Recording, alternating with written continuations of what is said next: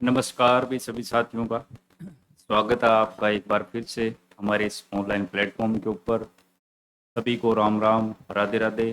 तो पिछली क्लासों के अंदर अपनों ने क्या है, संधि को पूरा कर लिया है और आज अपने करेंगे उपसर्ग। और वैसे जब मैंने आपको संधि करवाई थी तब भी आपको बताया था कि संधि को आपको ध्यानपूर्वक समझना है, क्योंकि दो बातें होती है। एक तो क्या है, संधि से निर्मित शब्द होते हैं, और एक क्या है, केवल संयोग से निर्मित शब्द होते हैं। और उपसर्ग के अंदर अपने को क्या है, ज्यादातर जो शब्द देखने को मिलते हैं या जो परीक्षाओं के अंदर प्रश्न पूछे जाते हैं वो संधि से संबंधित ही आपको देखने को मिलेगा।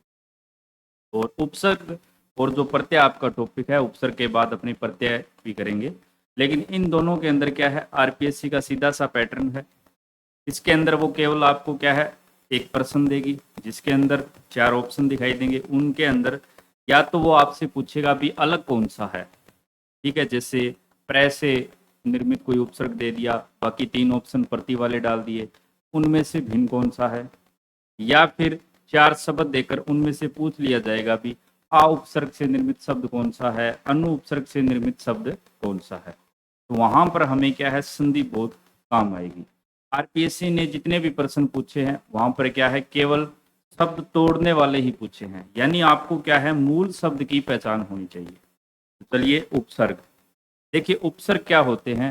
अगर अपने इसकी थोड़ी सी परिभाषा की बात करें, किसको बोलते हैं उपसर्ग।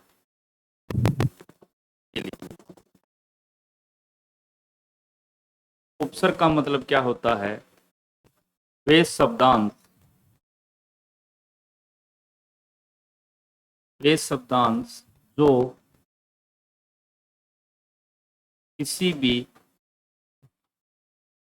शब्द के पूर्व में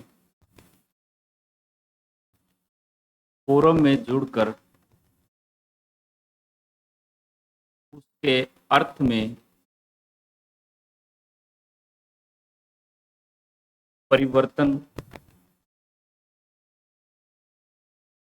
ला देते हैं। यानी उपसर्ग जो है किसी भी शब्दांश के शब्द के पूर्व में जुड़ेंगे। इनको क्या बोलते हैं, सीधा सा प्रश्न ये भी पूछा जा सकता है। इनको बोला जाता है शब्दांश, यानी किसी शब्द का अंश। ठीक है, ये क्या है, उसके अर्थ में परिवर्तन ला देते हैं, या फिर नए अर्थ का बोध कराते हैं, या फिर नए अर्थ का क्या है, बोध करवाते हैं। जैसे आपके जो उपसर्ग और प्रत्यय है, ये दोनों ही क्या होते हैं, शब्दांश होते हैं। उपसर्ग हमेशा किसी भी शब्द के पूर्व में जुड़ते हैं, और प्रत्यय जो है वो किसी भी शब्द के अंत में जुड़ते हैं। ठीक है, ये क्या करते हैं, जो शब्द का जो मूल अर्थ है उसके अंदर क्या है, परिवर्तन कर देते हैं। अब कैसे करते हैं, चलिए इसको देखते हैं। जैसे मैंने लिखा, कोई शब्द ले लिया, जैसे हार। ये मेरे पास एक शब्द है, मूल शब्द है ये हार। इसका अगर अपने मतलब जानने का प्रयास करें, जिसका अर्थ होता है, एक तो अर्थ होता है इसका पराजय, आप सभी जानते हो, हार जाना, पराजय। या फिर हार ऐसा कोई आभूषण, जैसे गले का आभूषण जो गले में पहना जाता है, उसको भी अपने क्या बोलते हैं, आभूषण बोलते हैं। अब मेरे पास एक शब्द है हार, और हमने पढ़ लिया है भी उपसर्ग जो क्या है, शब्दांश होते हैं जो किसी भी शब्द के पूर्व में जुड़ते हैं। जोड़कर देख लेते हैं अपने। जैसे मैंने इसके अंदर जोड़ा, हार के अंदर मैंने भी उपसर्ग जोड़ दिया, ये लीजिए। आपको इसी प्रकार से पूछा जाएगा, जैसे आपको शब्द दे दिया जाएगा विहार, इसके अंदर उपसर्ग क्या है, तो आपको वहां पर मूल शब्द की पहचान होनी चाहिए। ठीक है, और ये आप कब कर पाओगे, जब आप क्या है, इन शब्दों को आपको रटना नहीं है, बार बार आपको पढ़ना है, शब्द को तोड़कर देखना है, केवल मूल शब्द की आपको पहचान करनी है। ये एक प्रकार से समझने वाली इसमें कोई बात है ही नहीं। इसके अंदर क्या है, आपको ज्यादा से ज्यादा अभ्यास करना है और ज्यादा से ज्यादा रिवीजन करना है। आपके पास जो कोई भी किताब है, चाहे सरल हिंदी व्याकरण हो, मानस पब्लिकेशन की हो, नवीन हिंदी व्याकरण हो, जो कोई भी किताब, जो कोई भी गाइड है, उसके अंदर क्या है, आपको उदाहरण देखने को मिलेंगे। उनको बार बार रिवीजन करना है। सिंपल सा प्रश्न आता है, और जितने भी पिछली परीक्षाओं के अंदर प्रश्न आए हैं वे एकदम आसान आसान से प्रश्न आए हैं। ऐसा कोई मुश्किल प्रश्न आता ही नहीं है उपसर्ग प्रत्यय में से, एकदम ये मान के चलो फ्री का नंबर है। पहली बात तो क्या है, अभी तक जितनी परीक्षाएं हुई हैं सभी के अंदर लगभग 5 प्रश्न पूछे गए हैं, तो एक प्रश्न तो आपका पक्का संधि और संधि विच्छेद में से आएगा। पिछली बार आरपीएससी ने नया टॉपिक जोड़ा है परिभाषिक शब्दावली, ठीक है, एक प्रश्न निश्चित तौर से उसमें से पूछा जाएगा। एक प्रश्न आप ये मान के चलो, चाहे आपको वर्तनी संबंधी शुद्धि में से पूछ ले या फिर वाक्य शुद्धि में से पूछ ले, उनमें से एक प्रश्न जरूर आएगा। 3 प्रश्न, एक प्रश्न आपका चाहे विलोम शब्द हो गए या फिर जो समान प्रतीत होने वाले भिन्नार्थक शब्द हो गए, वाक्यांश के लिए एक शब्द हो गया, उसमें से आएगा। उसके बाद एक और प्रश्न जो आपका बनेगा, जैसे अपने मान के चले भी 5 प्रश्न आते हैं, हो सकता है 4 ही पूछ ले, उपसर्ग प्रत्यय में से पूछे ही ना, लेकिन अपने को यही मानकर चलना है भी इनमें से एक प्रश्न जरूर आएगा, ठीक है। और बिल्कुल ही आसान है, ज्यादा से ज्यादा अभ्यास करना है, आपको आराम से समझ में आएगा। जैसे मैंने यहाँ पर लिखा हार, हार का मतलब पराजय भी होता है, हार कोई पहनने वाला कोई आभूषण भी होता है। मैंने इसमें जोड़ दिया वी, क्या बन गया भी मेरे पास बन गया विहार। विहार का मतलब क्या होता है भी, घूमना, कोई पार्क वगैरह बगीचे वगैरह में घूमना, विहार। तो नया अर्थ निकल गया ना। जैसे मैंने लिखा हार, इसके अंदर मैंने उपसर्ग जोड़ दिया आ, क्या बन गया भी आहार, जिसका मतलब क्या होता है भोजन, आप सभी जानते हो।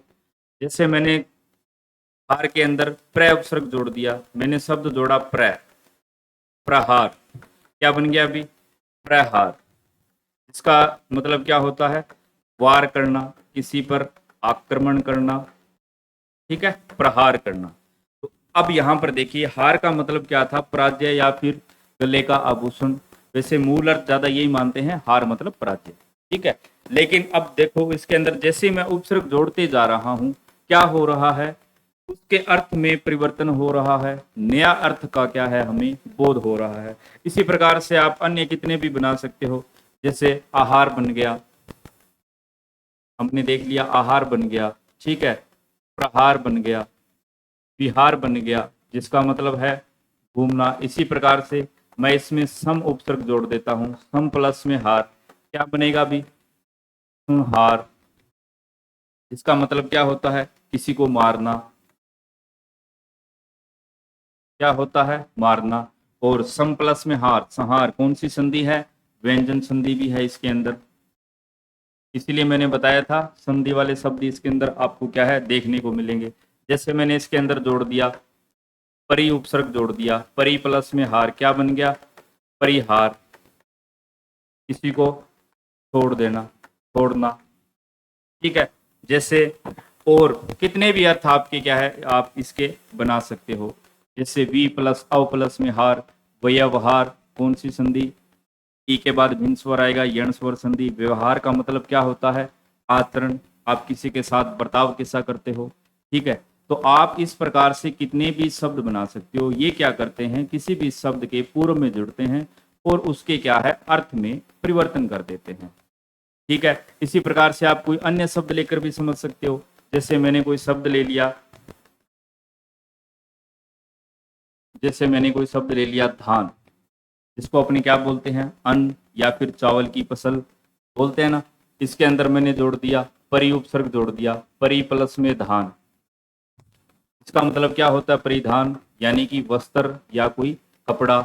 इसके अंदर मैंने जोड़ दिया उप प्लस में धान, क्या बन गया अभी जैसे तकिया, कुछ भी बना सकते हो आप, ठीक है। जैसे हार है, इसके अंदर मैंने उपसर्ग जोड़ दिया, उप प्लस में हार, क्या बन गया उपहार, किसी को भेंट देना, ठीक है। तो इस प्रकार से उपसर्ग जो है इनको क्या बोलते हैं अपने शब्दांश बोलते हैं, किसी भी शब्द के पूर्व में जुड़ते हैं और उसके अर्थ में परिवर्तन ला देते हैं, विशेष अर्थ का बोध करवाते हैं, नए अर्थ का बोध करवाते हैं। अब बात करें ये कितने प्रकार के होते हैं।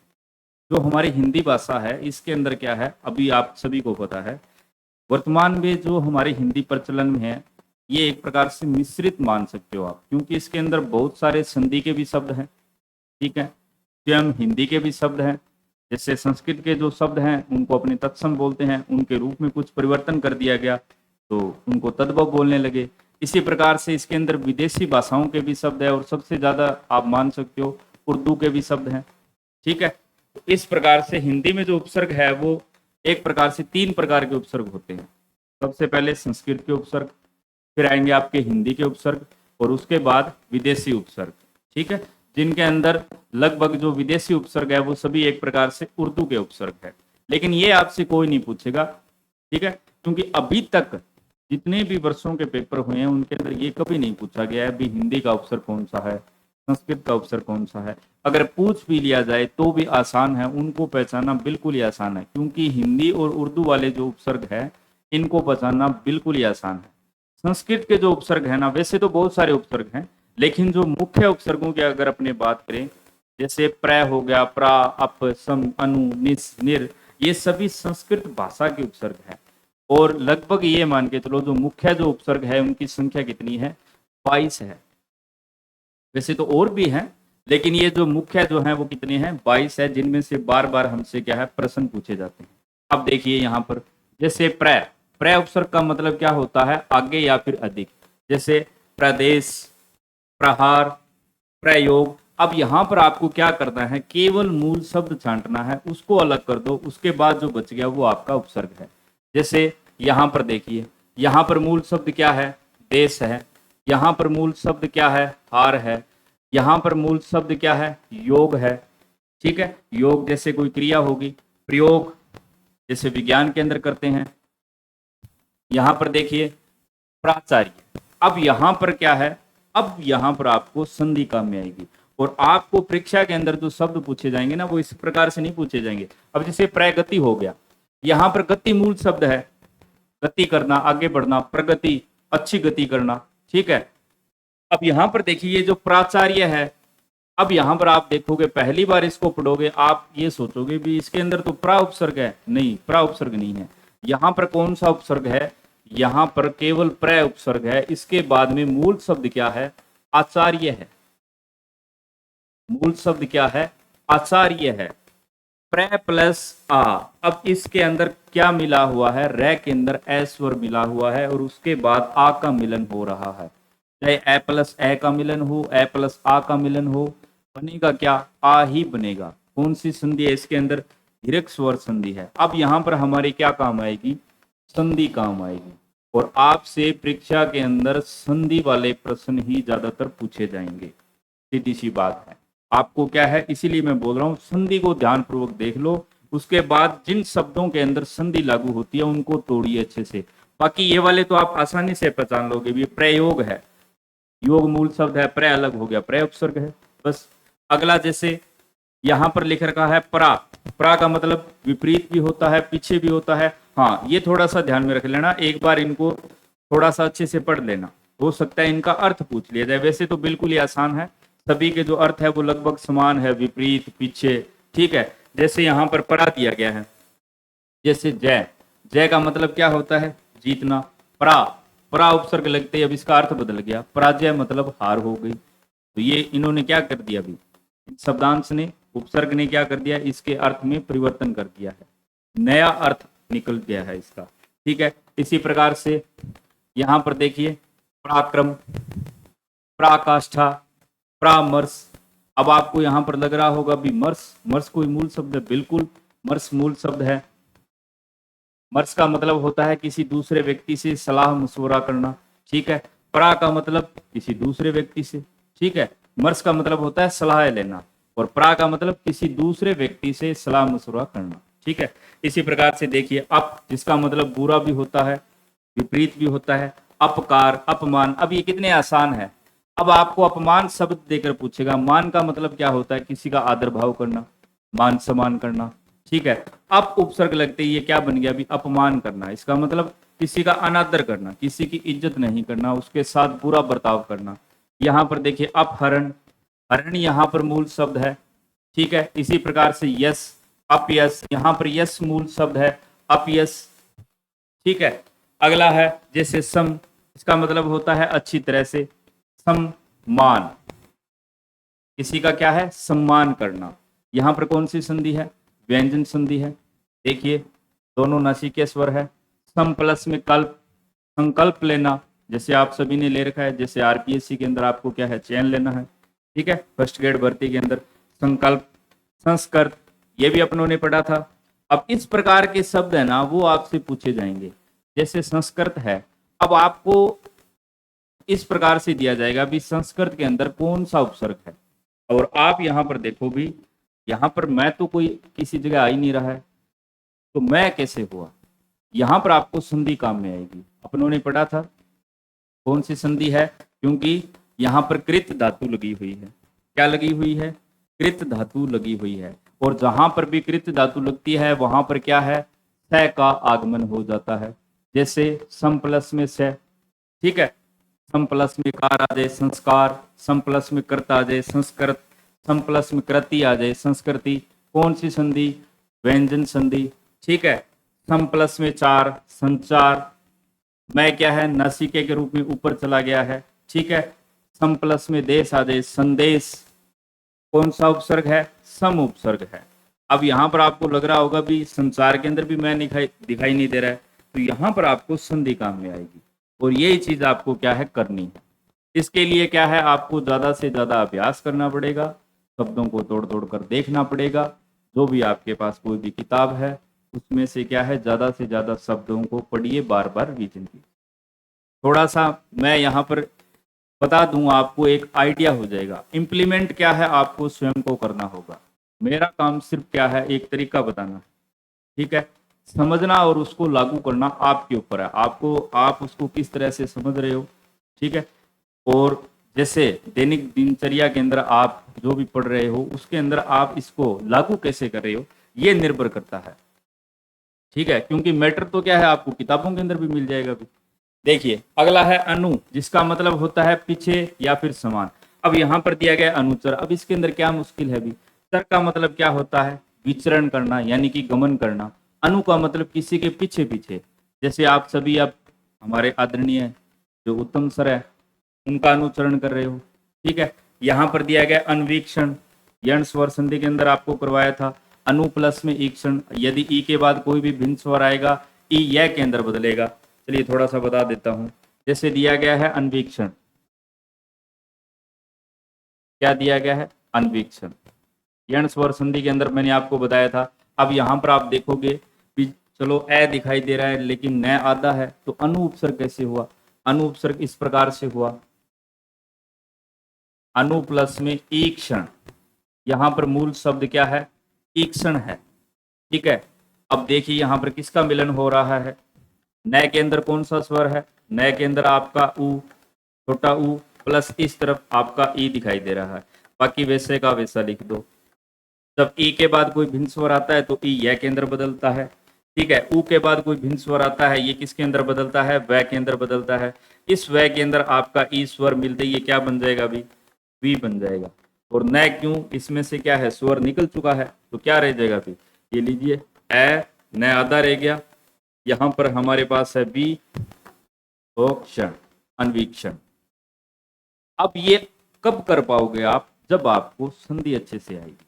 अगर आपने संधि वाली वीडियो अच्छे से नहीं देखी है तो एक बार उसको देखिए, उसके अंदर मैंने आपको बताया है किस प्रकार से विच्छेद करना है, ठीक है। इसी प्रकार से यहाँ पर देखिए अन्वीक्षण हो गया, कौन सा उपसर्ग है, अन्वेषण, जांच पड़ताल करना, इसके अंदर भी अनु उपसर्ग है। अन्वेति के अंदर भी क्या है, अनु उपसर्ग है।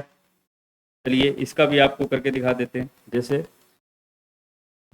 अनु प्लस में एसन, ठीक है, ऊ के बाद भिन्न स्वर आया, ठीक है। इसी प्रकार से क्या दिया गया है, अन्विति है क्या, अन्वेति, अनु प्लस में एति, ये लीजिए ऊ के बाद भिन्न स्वर कुछ भी लगा दीजिए, इसमें बदल जाएगा ऊ वह के अंदर, ठीक है। तो यहां पर इन सभी के अंदर कौन सा उपसर्ग है, अनु उपसर्ग है। और ये आप कब कर पाओगे, जब आपको संधि अच्छे से आएगी। इन सभी के अंदर कौन सा उपसर्ग है, अनु उपसर्ग है। अगला है निस, जिसका मतलब होता है बिना या फिर बाहर। अब देखिए जैसे निश्चय, निस्तेज, निष्फल, निश्चल, जब मैंने आपको विसर्ग संधि करवाई थी तब भी आपको बताया था, ठीक है। निस आ जाए, यहाँ पर देखिए क्या दिया गया है, निश्चय।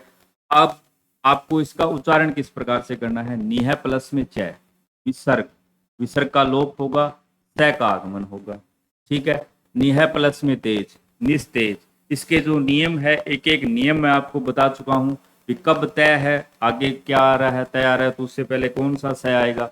ठीक है, लेकिन एक बात ध्यान में रख लेना। ठीक है, विसर्ग संधि के अंदर अपनों ने पढ़ा था कि कुछ नियम ऐसे थे वहां पर ये वाला स आएगा, कुछ नियम ऐसे थे वहां पर ये स सलेटी वाला आ रहा है, और कुछ नियम ऐसे थे वहां पर स षटकोण वाला आ रहा है। लेकिन जब उपसर्ग की बात आएगी तो निस इस यही आएगा भी। ठीक है, कौन सा आएगा, जब उस उपसर्ग की बात आएगी ना, जैसे मैंने लिखा निह प्लस में पाप, कौन सी संधि है इसके अंदर, विसर्ग संधि है। क्या बना हमारे पास, निष्पाप।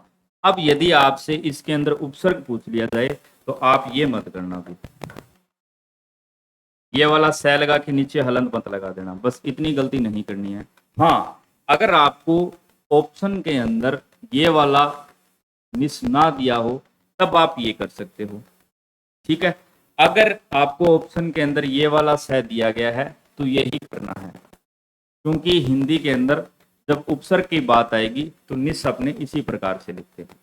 ठीक है, इनको नहीं बताया जाता है। ठीक है, बस इतना सा आपको क्या है ध्यान रखना है। संधि कौन सी है, विसर्ग संधि है। नियम मैं आपको बता चुका हूं, विसर्ग संधि वाली जो वीडियो है उसको अच्छे से देख लेना, कब दोए वाला स आएगा, कब सलेटी वाला आएगा, कब षटकोण वाला आएगा। ठीक है, संधि कौन सी है, विसर्ग संधि है। और उपसर्ग के अंदर लगभग, मैं बार बार आपको बोलकर बता रहा हूं, सभी जो शब्द है उपसर्ग के अंदर वो लगभग संधि वाले ही आते हैं इसके अंदर। ठीक है, देखिए, ते निश्चय आ जाए, निस्तेज, निष्फल बिना फल के, निश्चल बिना छल के। ठीक है, अब अगर आपको ऑप्शन के अंदर ये वाला निस दिखाई दे तब क्या है, इसको कर देना है, वरना जो दिया गया है उसके नीचे हलन देख लेना, वही कर देना। अगला है निरुपसर्ग। इसका अब देखिए, इनका अर्थ भी समान ही आ रहा है, बिना और बाहर, बिना और बाहर। अब क्या हुआ, निरपराध यानी बिना अपराध के। निहरोग, निरोग कौन सी संधि है, विसर्ग संधि है। आपको बताया था मैंने, जब इसका अपने संधि विच्छेद करते हैं तो किस प्रकार से करते हैं, जैसे आ गया आपका निरोग, जो अपने संधि विच्छेद करते हैं किस प्रकार से करते हैं, इस प्रकार से, निह प्लस में रोग, मात्रा क्या है, छोटी हो जाती है, और जब इनका मिलन होता है तो इस विसर्ग का लोप हो जाता है और न की जो मात्रा है वो बड़ी हो जाती है। ठीक है, लेकिन जब उपसर्ग की बात आएगी तो कौन सा हो जाएगा, निरुपसर्ग हो जाएगा। निरोग यानी बिना किसी रोग के। इसी प्रकार से निरपराध, यहां पर उपसर्ग कौन सा है, रै, निर उपसर्ग है। जैसे निह प्लस में अपराध, क्या होगा अभी, निह प्लस में अपराध। विसर्ग संधि के अंदर मैंने आपको नियम अच्छे से बताया है, जब विसर्ग के तुरंत बाद ए स्वर हो और विसर्ग से पहले ई स्वर हो तो क्या होगा, रै का आगमन होगा। ठीक है, यानी नी, इसके बाद रै का आगमन होगा, इसके अंदर ये ए स्वर मिलते ही रै आपका पूरा बन जाएगा भी। ये लीजिए, निरपराध, बिना अपराध के। अब जब आपसे इसके बारे में पूछ लिया जाए भी उपसर्ग कौन सा है तो निकाल दो, इसके अंदर से निर निकाल दो भी। ये लीजिए, नीर निकाल दिया, बच क्या गया, ए प्राप्त। ये लीजिए, कौन सी संधि है, विसर्ग संधि। अगला देखिए, निराशा, निह प्लस में आशा, निराशा। अब देखिए नियम क्या है, शब्दों से भी बन रहे हैं, और वही मैं आपको वहां पर वीडियो के अंदर भी मैंने बताया था, जब एक बार शब्दों का आप अभ्यास कर लोगे तो फिर नियम याद रखने की आवश्यकता नहीं है, किसी शब्द से ही आप नियम बना दोगे। ठीक है, चलिए भी आगे बढ़ते हैं। अगला है हमारे पास दुस उपसर्ग, बहुत बार पूछा जाता है, और ये भी इसके अंदर बताया था मैंने, विसर्ग संधि के अंदर बताया था। ये जो निस उपसर्ग है, निर उपसर्ग है और दुस उपसर्ग है, इनके अंदर कौन सी संधि होती है, विसर्ग संधि ही होती है। ठीक है, इसलिए आप जब वो एक बार देख लो ना वीडियो अच्छे से, उसके बाद जितने भी शब्द हों जब उनका आप अभ्यास करो तो उनको आप इसी प्रकार से बोलना, जैसे दुष्चरित्र है, दुह चरित्र, दुह, दुह का मतलब आप क्या है, बीच के अंदर विसर्ग लगा रहे हो और विसर्ग का लोप होगा और स का आगमन होगा। दुह चरित्र, दुष्चरित्र, दुह साहस, दुष्परिणाम, दुह परिणाम, ठीक है। विसर्ग कौन सा, ये इसके अंदर उपसर्ग कौन सा हो जाएगा, दुष् उपसर्ग हो जाएगा। इसी प्रकार से देखिए दुर, दुह प्लस में आशा, दुराशा, दुह प्लस में आग्रह, दुराग्रह, दुर्जन, ठीक है, दुर्घटना, बुरी घटना, दुर्जन, बुरे व्यक्ति, ठीक है। कौन सा उपसर्ग है, दुर उपसर्ग है। अब यहां पर आपसे पूछ लिया जाए भी मूल शब्द कौन सा है, सीधी सी बात है भी दुराशा, आशा मूल शब्द है इसके अंदर, ठीक है। आशा किसी से उम्मीद करना, दुराशा यानी कि बुरी आशा। इसी प्रकार से दुराग्रह, दुर्जन, दुर्घटना, बुरी दुर्घटना। अगला देखिए वी, जिसका मतलब होता है विशेष, जैसे जय का मतलब जीतना, विजय का मतलब भी क्या होता है, जीतना। यहां पर दिया गया व्याकरण। अब देखिए यह से पहले क्या आ रहा है, वह आधा आ रहा है, इसका मतलब क्या हुआ है, वी प्लस में आकरण, ई के बाद भिन्न स्वर आया है, कौन सी संधि है, यण स्वर संधि है। बहुत बार पूछा भी जाता है भी जो व्याकरण शब्द है उसके अंदर कौन सी संधि है, ये लीजिए भी। एक अगर आपसे संधि के अंदर भी पूछ लिया जाए, जैसे संधि के अंदर कौन सी संधि है, तो ध्यान रखिएगा सम प्लस में भी, ठीक है। यह मैं अनुस्वार के रूप में ऊपर चला जाता है, दोनों तरफ किसका मिलन हो रहा है, व्यंजनों का मिलन हो रहा है, इसलिए जो संधि शब्द है इसके अंदर भी कौन सी संधि होती है, व्यंजन संधि होती है। जैसे व्याकरण हमें दिया गया है, ये लीजिए भी, पी प्लस में आकरण, मूल शब्द क्या है, आकरण है। इस वह में से आपका ईश्वर बाहर निकलेगा, प्लस इस तरफ किसके साथ मिलन हो रहा है, आ के साथ, ई के बाद भिन्न स्वर आते ही यह के अंदर बदलेगा, और इस यह के अंदर आपका आ स्वर मिलते ही क्या बन जाएगा, या पूरा बन जाएगा। अब वह क्या रह गया हमारे पास, आधा रह गया, बाकी करण वैसे का वैसा लिख दो। ये लीजिए व्याकरण कौन सी संधि है, यण स्वर संधि है, यण स्वर संधि है। अब ये लीजिए जब अपने उपसर्ग कर रहे हैं तो इसके अंदर भी संधि हमारे काम आ रही है, और यही मैं आपको बार बार बता रहा हूं, ठीक है। तो व्याकरण हो गया, विज्ञान हो गया, ज्ञान यहाँ पर मूल शब्द है, ज्ञान का मतलब क्या होता है, जानना, विज्ञान का मतलब विस्तृत रूप से जानना। इसी प्रकार से वी प्लस में अर्थ, यहाँ पर मूल शब्द क्या है, अर्थ, लेकिन वी उपसर्ग बनते ही क्या बन गया, व्यर्थ, जो किसी काम का नहीं है, ठीक है। अर्थ के अंदर परिवर्तन हो रहा है ना। इसी प्रकार से वी प्लस में आयाम, व्यायाम, और इन सभी शब्दों के अंदर चाहे आपका व्याकरण है, व्यर्थ है, व्यायाम है, क्योंकि यह से पूर्व आधा वर्ण आ रहा है, कौन सी संधि है, यण स्वर संधि है, बस। अगला देखिए आ, जिसका मतलब होता है तक या से। अभी आपको बताया था हार यहाँ पर मूल शब्द है, आहार का मतलब क्या हो गया, भोजन हो गया। इसी प्रकार से जीवन यहाँ पर मूल शब्द है, आजीवन मतलब पूरे जीवन तक, जीवन भर, ठीक है। आवास, वास का मतलब होता है निवास, आवास जहां पर रहने की जगह, ठीक है। अपाद मस्तक, पाद मस्तक यानी पैरों से लेकर मस्तक तक, ठीक है। अपाद मस्तक का मतलब क्या होता है, पैरों से लेकर मस्तक तक।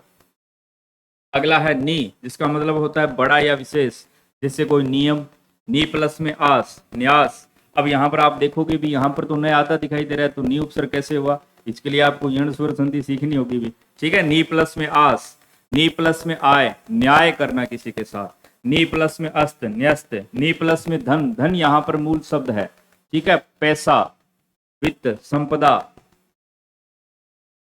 चलिए भी अगला है अधि, इसका मतलब होता है प्रधान या श्रेष्ठ, जैसे अधिनियम जो सरकार स्वयं बनाती है, जैसे किसी बोर्ड या मंडल का क्या हो, अध्यक्ष, अधि प्लस में अक्ष, ई के बाद भिन्न स्वर आया, ई यह के अंदर बदला और इससे पहला वर्ण आधा रह गया, अध्यक्ष। लेकिन मतलब क्या हुआ, मतलब क्या हुआ अभी, अध्यक्ष प्रधान है, वो श्रेष्ठ है, ठीक है। अधि प्लस में आपक, अध्यापक, अधि प्लस में ईक्षक। अब देखिए यहां पर कौन सी संधि है, अधि प्लस में ईक्षक, यहां पर कौन सी संधि है, दीर्घ स्वर संधि है, क्योंकि दोनों तरफ क्या हो रहा है, स्वरों का मेल हो रहा है, अधीक्षक। इसी प्रकार से जैसे अति उपसर्ग आ जाए, देखिए अतिक्रमण करना, ठीक है, अत्यावश्यक, अति प्लस में आवश्यक यानी आवश्यकता से भी ज्यादा। ठीक है, अति आवश्यक है, आप सभी को नौकरी लगना अब क्या है, अति आवश्यक है, केवल आवश्यक नहीं है, वो समय निकल चुका है। ठीक है, तो अति प्लस में आवश्यक, यह से पूर्वाधावरण, कौन सी संधि, यण स्वर संधि। इसी प्रकार से अत्यंत, ठीक है, अति प्लस में अंत। अत्याचार, अति प्लस में आचार, आचार मतलब आप किसी के साथ आचार विचार करना। और अति उपसर्ग लगते ही क्या बन गया, अत्याचार करना किसी पर, पूरी यातनाएं देना उसको। ठीक है, अगला है जैसे सु, जिसका मतलब अच्छा या सरल, सु प्लस में आगत, स्वागत करना किसी का। ठीक है, कौन सी संधि, यण स्वर संधि। अब साथ साथ में मैं आपको संधि भी बता रहा हूं ताकि आपको याद भी रह जाए। तो यहां पर केवल स्वागत के अंदर कौन सा उपसर्ग हो जाएगा, सु उपसर्ग। और ये आरपीएससी ने पूछा भी है, ये जो स्वागत है ना, ये आरपीएससी ने पूछा भी है।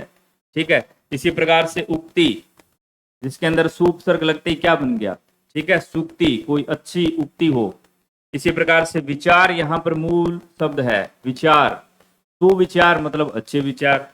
इसी प्रकार से पुत्र के अंदर सु उपसर्ग लगते ही क्या बन गया, सुपुत्र, जो अच्छा पुत्र हो। कु उपसर्ग लग जाए, कु जैसे हिंदी का उपसर्ग है, कुपुत्र, बुरा पुत्र। कितना आसान है, कोई भी मुश्किल नहीं है इसके अंदर। जैसे उप का मतलब होता है पास, जैसे वन, वन आप सभी जानते हो, जंगल, एक बड़ा क्षेत्र जहां पर बहुत सारे पेड़ पौधे हो। ठीक है, उपवन, उप लगते ही इसके अर्थ में परिवर्तन आ गया। उपवन का मतलब होता है कोई छोटा बगीचा, वाटिका। ठीक है, इसी प्रकार से उपचार, उपहार, अभी अपनों ने पढ़ा था, जिसका मतलब क्या होता है, हार यहाँ पर मूल शब्द है, उप उपसर्ग लगाते ही क्या बन गया, इसके अर्थ में परिवर्तन हो गया। इसका मतलब होता है किसी को भेंट देना। ठीक है, तो इस प्रकार से आपको क्या करना है, इनके जो मूल अर्थ हैं उनको पहचानने की आपको कोशिश करनी है। अब देखिए, जैसे कुछ और भी शब्द है, जैसे अभी, ठीक है, जिसका मतलब पास भी होता है, सामने भी होता है। हाँ, ये थोड़े से जो इनके अर्थ हैं उनको एक बार थोड़ा सा ध्यानपूर्वक देख लेना। हो सकता है, क्योंकि आरपीएससी ने अभी तक नहीं पूछा, लेकिन फिर भी कुछ बोर्ड, जैसे आपका एनएस बोर्ड पूछता है, तो हो सकता है पूछ ले, इनका सीधा अर्थ पूछ ले भी, अभी का मतलब क्या होता है। वैसे बिल्कुल आसान है, एक दो बार पढ़ते ही आपको याद हो जाएगा। जैसे मान, यहाँ पर मूल शब्द है, मान का मतलब क्या होता है, किसी का मान सम्मान करना, लेकिन अभी उपसर्ग लगती अभिमान यानी कि घमंड करना।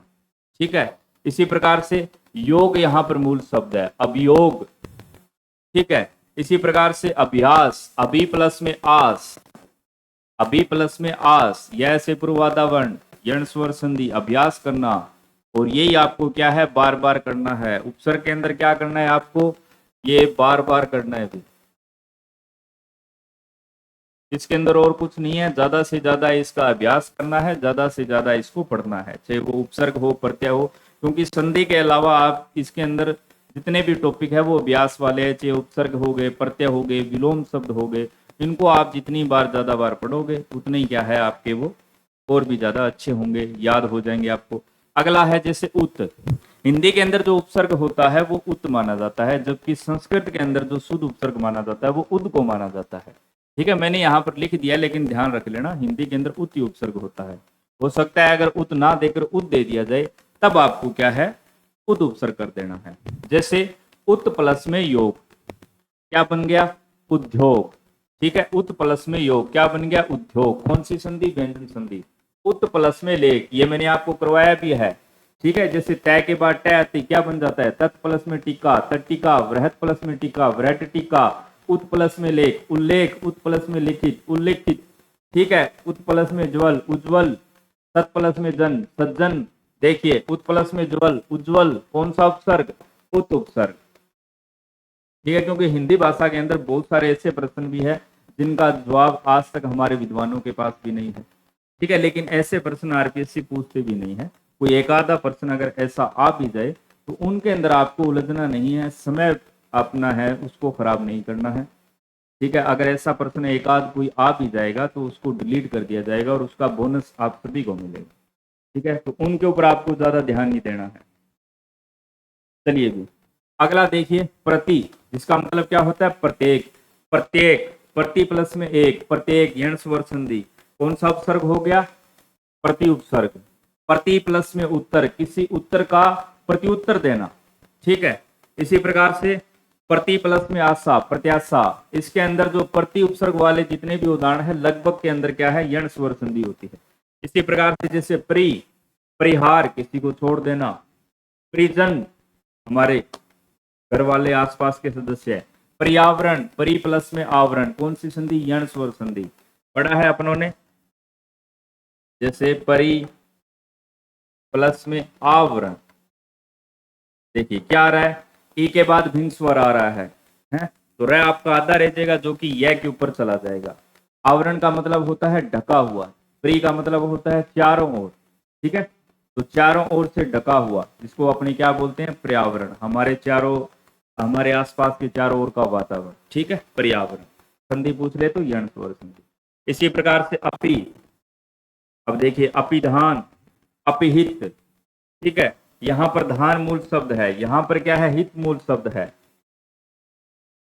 चलिए भी, अपिहित का मतलब होता है ढका हुआ। चलिए, यह है हमारे संस्कृत वाले उपसर्ग है। आगे अपने पढ़ते हैं जो हिंदी भाषा के उपसर्ग है। हिंदी भाषा के जो उपसर्ग है ना, वो तो बिल्कुल ही आसान है, और जो आपसे जो ज्यादातर प्रश्न पूछे जाएंगे ना, वो संस्कृत वाले ही पूछे जाएंगे। लेकिन फिर भी अपने को क्या है, कोई भी चीज छोड़नी नहीं है। हो सकता है सीधा सा सरल ही प्रश्न पूछ लिया जाए, लेकिन ये तो आप एक बार या 2 बार पढ़ोगे ना तब भी कर दोगे। इसके अंदर अब देखिए, जैसे अन उपसर्ग है, यहाँ पर मूल शब्द क्या है, पढ़ है, पढ़ा लिखा व्यक्ति। अनपढ़, जो अनपढ़ हो, बिल्कुल पढ़ा लिखा नहीं हो। जान मूल शब्द है, अनजान, जिसको अपने जानते नहीं है। अनहोनी, ठीक है, अनमोल, देखिए जैसे कुरूप, जिसका रूप अच्छा ना हो, रूप मूल शब्द है। कुपुत्र, बुरा पुत्र हो, मेला कुचेला हो, ठीक है, कु उपसर्ग है इन सब के अंदर। चौपाया, रा है इसके अंदर मूल शब्द है, ठीक है, चौ क्या हो गया, उपसर्ग हो गया इसके अंदर। चौपाया, चौराहा, 4 रास्तों का समाहार, चौपाया, ठीक है, जिसके 4 पैर हो। चौमासा, जो भी चल रहा है, ठीक है। चौरंगा, 4 रंगों वाला। चौपाल, जो गांव के अंदर होती है कोई बैठक, जैसे घरों के आगे होती है। चौखट आ जाए, इस प्रकार की कोई भी शब्द आ जाए। पर जैसे देसी, परदेसी, कोई बाहर का व्यक्ति।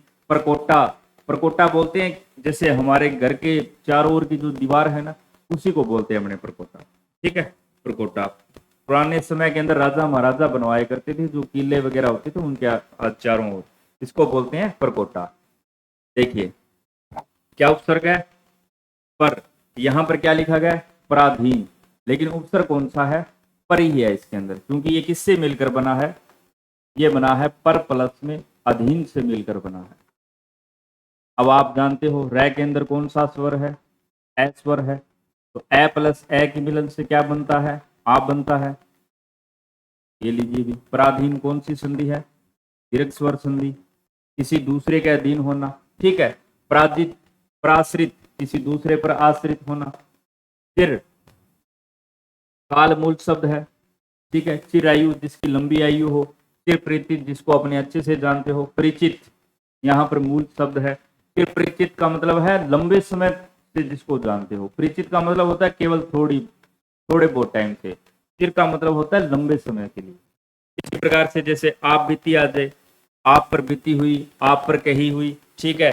सम आ जाए, समकालीन, समकक्ष, समकालीन, आपने इतिहास में पढ़ा होगा भी अकबर के समकालीन कौन था, यानी जिस समय अकबर दिल्ली का सम्राट था उस समय मेवाड़ के महाराणा कौन थे। इस प्रकार से समान समय से संबंधित। समकक्ष यानी बराबर, मेरे सामने। समतल, सीधी सपाट जगह है। समकोण, 90 डिग्री, सभी जानते हो। कोण यहाँ पर क्या है, मूल शब्द है। इसी प्रकार से जैसे भर आ जाए, भरपेट, भरपूर, भरसक, इस प्रकार से। हिंदी के जो उपसर्ग है वो बिल्कुल ही आसान है, आप पढ़ लेना। जो मुख्य मुख्य है मैंने यहाँ पर लिखकर आपको थोड़ा सा बता दिया है। इसी प्रकार से जैसे आपके उर्दू के उपसर्ग है, ये और भी अच्छे हैं, इनको पढ़ना बिल्कुल ही आसान है। इनको तो आप देखते ही पहचान जाओगे। अगर वैसे भी अगर हो सकता है अभी तक पूछा नहीं है, पूछ ले भी हिंदी के उपसर्ग कौन से हैं, उर्दू के उपसर्ग कौन से हैं, तो आप आराम से पहचान जाओगे। और अगर आपसे पूछेगा ना तो प्रश्न इसी प्रकार से पूछेगा, निम्न में से विदेशी उपसर्ग कौन सा है।